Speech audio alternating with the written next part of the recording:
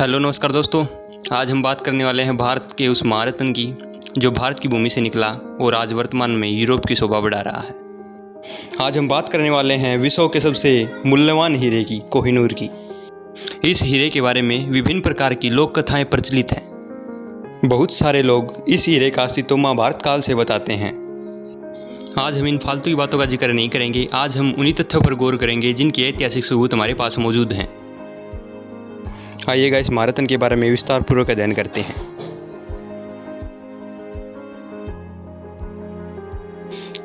कोहिनूर हीरे की उत्पत्ति के बारे में अलग अलग विद्वानों के अलग अलग प्रकार के मत प्रचलित हैं, परंतु तथ्य के आधार पर हम यह कह सकते हैं कि कोहिनूर हीरे की खोज दक्षिण भारत के काकतीय राजवंश ने 13वीं शताब्दी में की थी और इसकी खोज आंध्र प्रदेश के गुंटूर जिले की हीरे की खान से की गई थी। ऐसा तथ्य के आधार पर हम मान सकते हैं।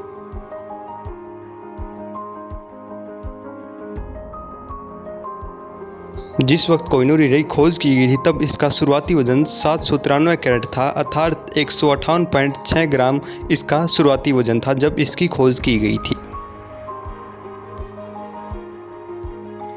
अलाउद्दीन खिलजी के सेनापति मलिक कफूर ने 1310 ईस्वी में काकतीय राजवंश की राजधानी वारंगल पर आक्रमण किया और वहां से उन्होंने कोहिनूर हीरे को लूट लिया।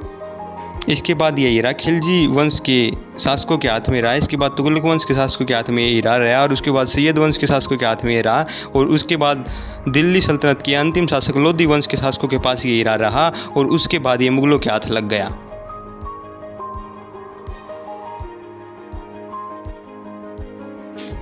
अप्रैल 1526 को पानीपत का प्रथम युद्ध हुआ और यह युद्ध बाबर और इब्राहिम लोधी के बीच में हुआ था और इसमें मुगलों की जीत हुई थी और इब्राहिम लोधी की हार हुई थी और इस युद्ध के साथ ही दिल्ली सल्तनत का पतन हो गया था और इसके बाद मुगलों ने दिल्ली सल्तनत का सारा खजाना लूट लिया था और इसी खजाने में कोहिनूर भी शामिल था।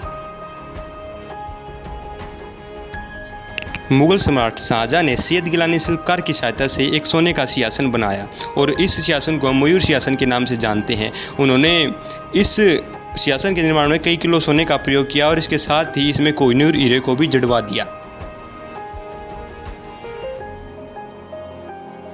इसके बाद यह हीरा खुखार मुगल सम्राट औरंगजेब के हाथ में लगा और इसने इस हीरे की चमक को बढ़ाने के लिए उन्होंने यह हीरा एक शिल्पकार बोर्जियो को सौंप दिया, परंतु इसने फूर्णता से कोहिनूर के कई टुकड़े कर दिए। औरंगजेब ने शिल्पकार के इस कृत्य से गुस्सा होकर उस पर 10,000 रुपये का जुर्माना लगा दिया और अब कोहिनूर का वजन 186 कैरेट हो गया था, अर्थात 37.2 ग्राम रह गया था। इसका वजन शुरुआत में 158.6 ग्राम था और इस बार से यह बहुत कम हो चुका था। फारस के शासक नादिर शाह ने 1739 में दिल्ली पर आक्रमण किया और वहां के मुगल शासक मोहम्मद शाह रिंगला को हराया और उससे कोहिनूर हीरा प्राप्त कर लिया। इस प्रकार यह कोहिनूर हीरा अरब क्षेत्र में जा पहुंचा। इस हीरे को कोहिनूर नाम नादिर शाह के द्वारा ही प्रदान किया गया था। इससे पहले इस हीरे का नाम बाबर का हीरा था। सन 1747 में नादिर शाह की मृत्यु हो गई और इसके बाद यह हीरा उसके सेनापति अहमद शाह दुरानी के हाथ लग गया और कई इतिहासकार यह बताते हैं कि अहमद शाह दुरानी का एक वंशज शाह शुजा इसे अपने ब्रेसलेट में धारण करता था और उन्होंने बहुत लंबे समय तक इसको धारण किया। ऐतिहासिक तथ्यों के अनुसार चारों ओर से दुश्मनों से गिरने के बाद शाह शुजा ने भारतीय राजा महाराजा रणजीत सिंह से सहायता मांगी और इस सहायता के बदले उसने कोहिनूर हीरा प्रदान किया। इस प्रकार यह हीरा फिर से भारतीय राजाओं के हाथ में आ गया। महाराजा रणजीत सिंह इस हीरे को जगन्नाथपुरी को दान में देना चाहते थे, परंतु 1839 में उनकी इच्छा पूरी होने से पहले उनकी मृत्यु हो गई और बाद में अंग्रेजों ने उनकी ये इच्छा पूरी न होने दी। मार्च 1849 में द्वितीय आंग्ला सिख युद्ध के बाद लाहौर संधि के तहत कोहिनूर इंग्लैंड की महारानी विक्टोरिया को प्रदान कर दिया गया।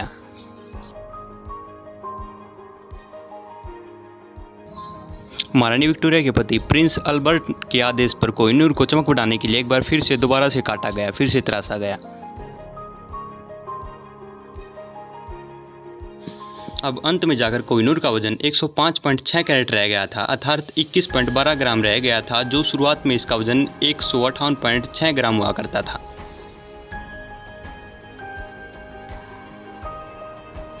वर्तमान में कोहिनूर हीरा इंग्लैंड की महारानी के ताज में जड़ा हुआ है और इंग्लैंड में है। भारत देश के अलावा पाकिस्तान, अफ़गानिस्तान और ईरान भी कोहिनूर हीरे पर अपना हक जताकर इसे इंग्लैंड से मांग चुके हैं।